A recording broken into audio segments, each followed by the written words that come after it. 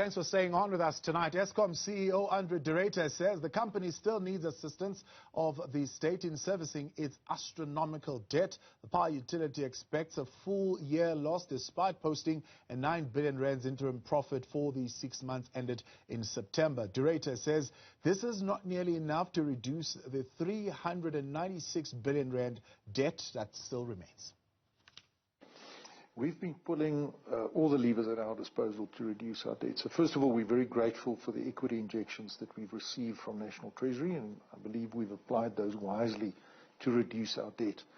We have also optimized our working capital. You will have seen that we've reduced our coal stocks moderately, responsibly. We have started the process of disposing of non-core assets to raise additional cash. We've been managing our cost base very carefully. For the first time in a number of years, we've seen a real-term decrease in our coal cost of 5% after years of double-digit increases. So I think we're getting our arms around managing the basics of the business.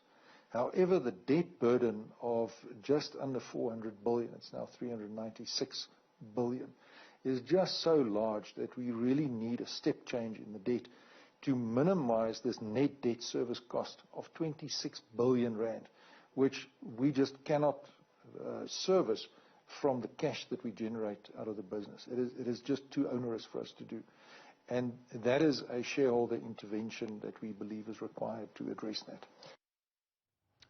Well, the question is, what do the interim financial results reveal about Eskom's energy generation capacity? For more on this, I'm joined now by energy expert Tshepo Kgadima and director at Virtual Energy and Power, Clyde Mallinson. Good evening, gentlemen, and thank you very much for your time. Revenue up 24%. Kgadima, what does that indicate? I mean, especially considering the type of load shedding that we had been going through around July, August, even maybe in September. Yes, revenue up 24%, but the sales, the actual gigawatt hours that were sold in the period, only 8% up. So if anything, I think from the reported net profit, it tells us that which some of us have always said, that, look, profit is an opinion by an accountant. It's not based on fact. So when you look at that the revenue increase of 24% is predicated on an even higher tariff increase that they have realized in the interim period, the question becomes that of affordability. How much of it will actually be collectible? Because in the same breath, they speak about municipal debt having increased, and the municipal debt will have increased resultant from households that are no longer able to afford electricity. So I think, if anything, the numbers are worrying, more so because Eskom required almost a 40 billion rand injection from National Treasury in order to stay afloat. Had National Treasury not have given them the cash injection, most certainly would have seen a Eskom that is going to default. And lastly, I want to say that I think in the period to ending March 2022, they would have had to raise their debt by the factor of 41 billion rand. So if you look at 31 billion they received from Treasury, they have to go and borrow another 41 billion. It is not a good picture at all. It's worrying. If anything, I think this is an impending catastrophe. I'm not sure that those that are in charge actually realize that they are presiding over a real difficult situation.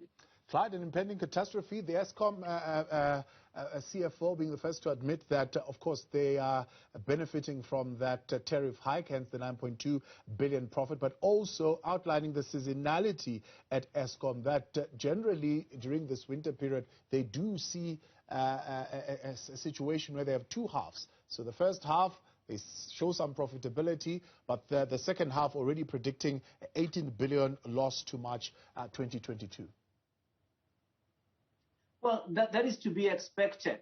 I think, if anything, the question that will be asked is that if National Treasury does not step in, would Eskom remain a viable entity? I think solvency is a real risk that they are now in, that they are on the verge of being insolvent, if not insolvent, save for the support they're getting from National Treasury. But operationally also, they have got some very difficult times ahead. They're stating that they have to shut down for maintenance the Quebec unit, one unit. So that is going to take out of the system over 900 megawatts.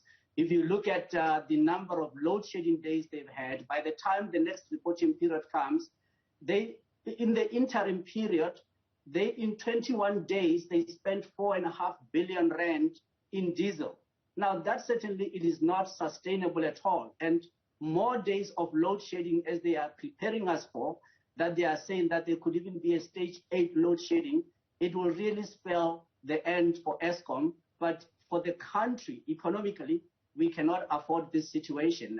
It's really the consequences of a Eskom that is in the current state that is in are too ghastly to contemplate. And what is even more shocking is that they want to proceed with the unlawful unbundling of Eskom because there hasn't been a legislative amendment to give effect to the unbundling. For example, NERSA does not have a tariff formula that they can apply to the application that Eskom would make in terms of now the unbundled entities that are currently within Eskom. And there hasn't been any legislative amendment to that effect, including even the amendment of Eskom Conversion Act. It's a very worrying situation.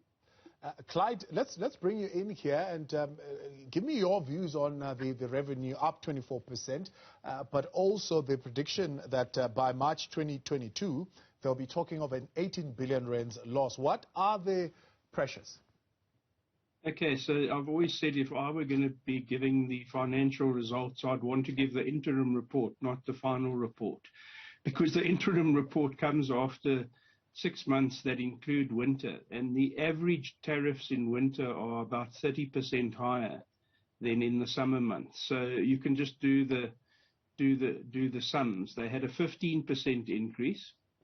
They sold 8% more than last year, and if you just add 15 and 8, it's a bit crude. You get 24 or 23, and that's the increase they've had over last year. But of course, last year was affected by COVID. By the shutdown, and so we're coming off a very low base to compare it against last year.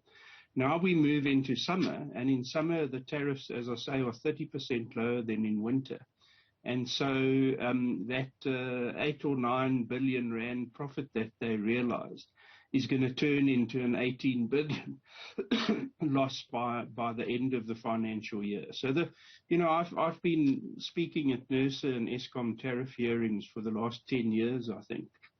And for that whole period, I've said, if Eskom doesn't get the tariff it asks for, there's going to have to be an equity injection. And the question is only the lower the tariff they get, the bigger the equity injection, the higher the tariff they get, the smaller the equity injection. That's the one side of the picture. The other side of the picture that's non-sustainable is that many people in South Africa simply can't afford the new tariffs. And we're hearing now of a 20% increase next year. And quite frankly, there's going to be payment defection, not because of contestation or protesting, but simply because people can't afford it.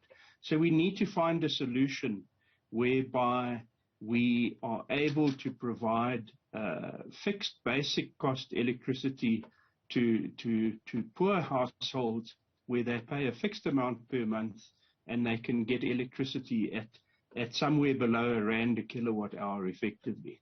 If we don't do that, I can't imagine being given an electricity connection.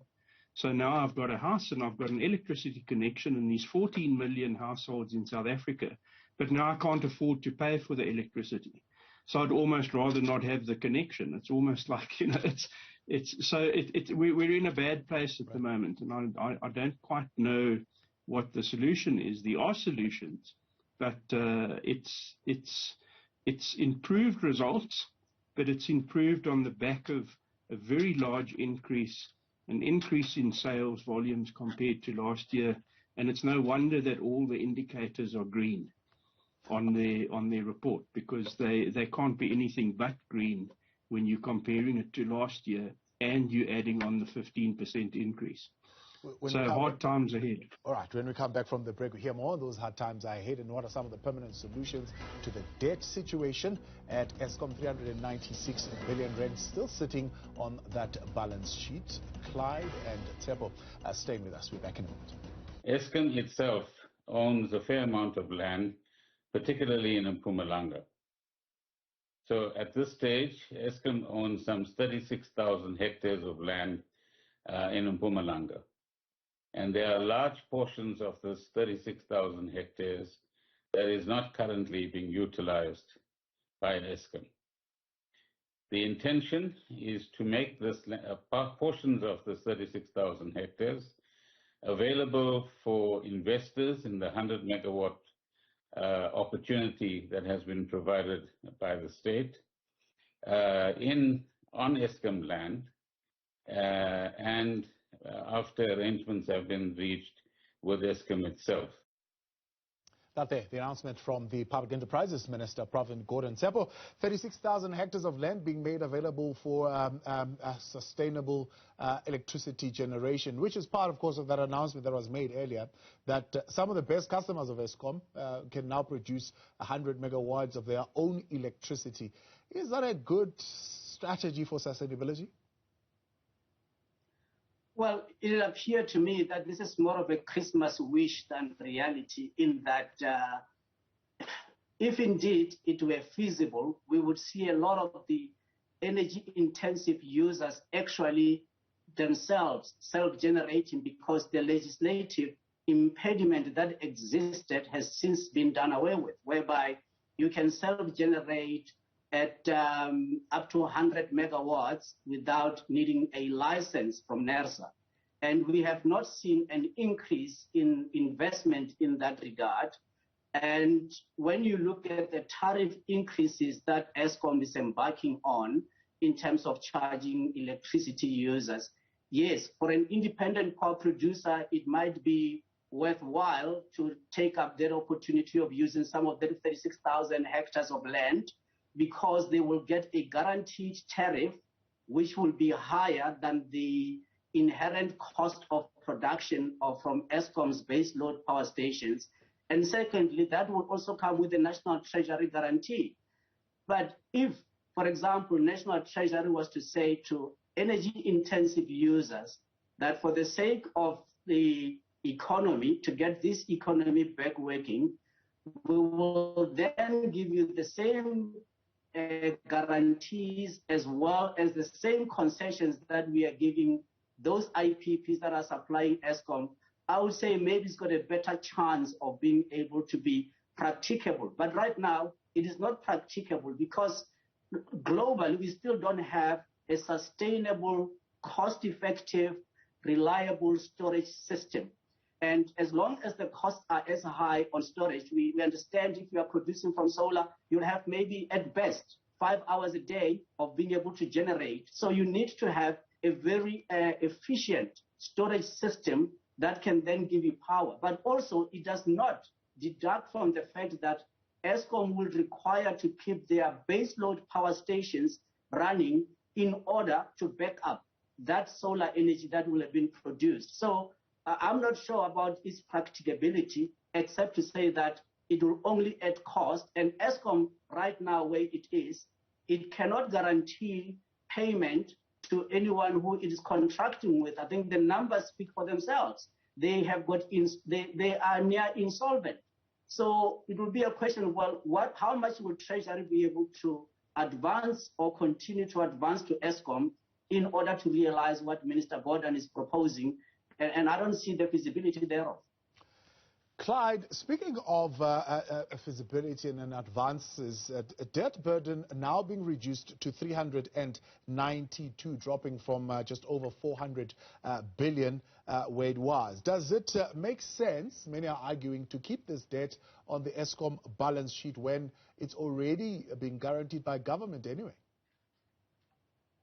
There's lots of debates about that, but I'd just like to step into your previous question, if I may. Yeah. I think maybe I've misunderstood it, but when I understood it, the Eskom's making land available, the 36,000 hectares, specifically for IPPs to sell to private customers via wheeling across the grid. So they're not looking to sell to Eskom with a government guarantee. They're looking to sell to private clients by virtue of using the Eskom grid. And of course, the Eskom grid in Mpumalanga, where many of the coal plants are due to be retired, has got great evacuation capacity. One of the big problems in some of the sunniest areas of South Africa and the windiest areas is that the ability to evacuate solar and wind from those regions has almost maxed out. But obviously, if you've got a coal-fired power station with all the grid in that was delivering electricity, if you then use that existing grid to deliver electricity into the whole system, you can, of course, wheel it to any customer you like. I mean, electricity, the nice thing about the logistics of electricity is it travels at the speed of light. So it's much easier to get to a customer than it is compared to shipping them, I don't know, carrots or potatoes or something. So what you're saying is that that's my understanding. Investors in those 36,000 hectares would not have to be worried about storage then? Not necessarily, but obviously you can't put large amounts of solar and wind in without putting in additional storage. And I differ somewhat from my colleague in that storage is now competitive at the utility scale. So we can deliver wind and solar and storage, a mixture of wind and solar and storage at about $6 a kilowatt hour, which translates to under R1 a kilowatt hour. And in particular, Eskom has quite a lot of storage. And strangely enough, Eskom's in such a tight position at the moment that they're not using their storage efficiently. So it's all very well having storage available, but if you haven't got any surplus, you can't store anything.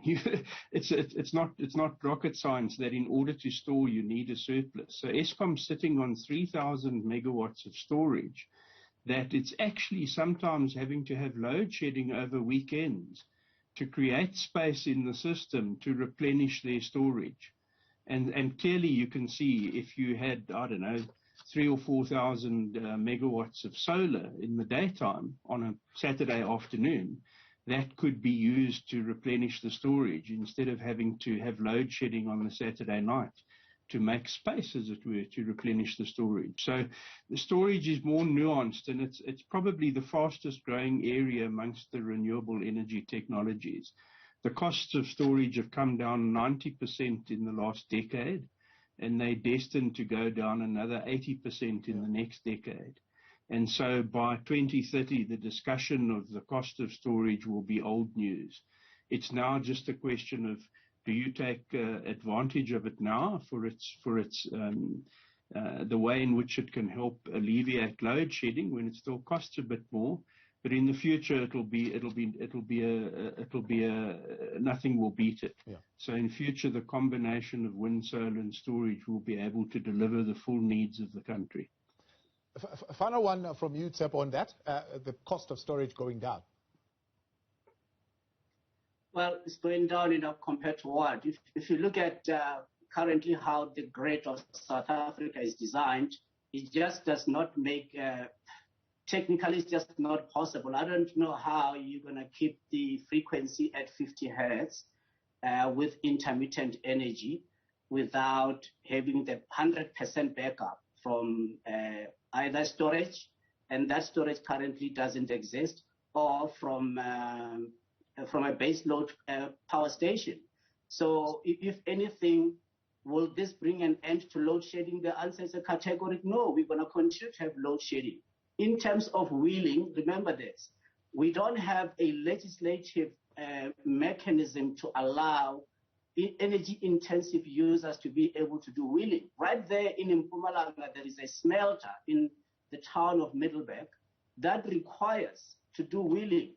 And Eskom has never been able to give them power, to the extent that they've now resorted to using partially solar from their own land on site, and at the same time hoping that Eskom will be able to give them power at the time that they are not able to use solar to generate. If anything, I think that the problems ahead are the following.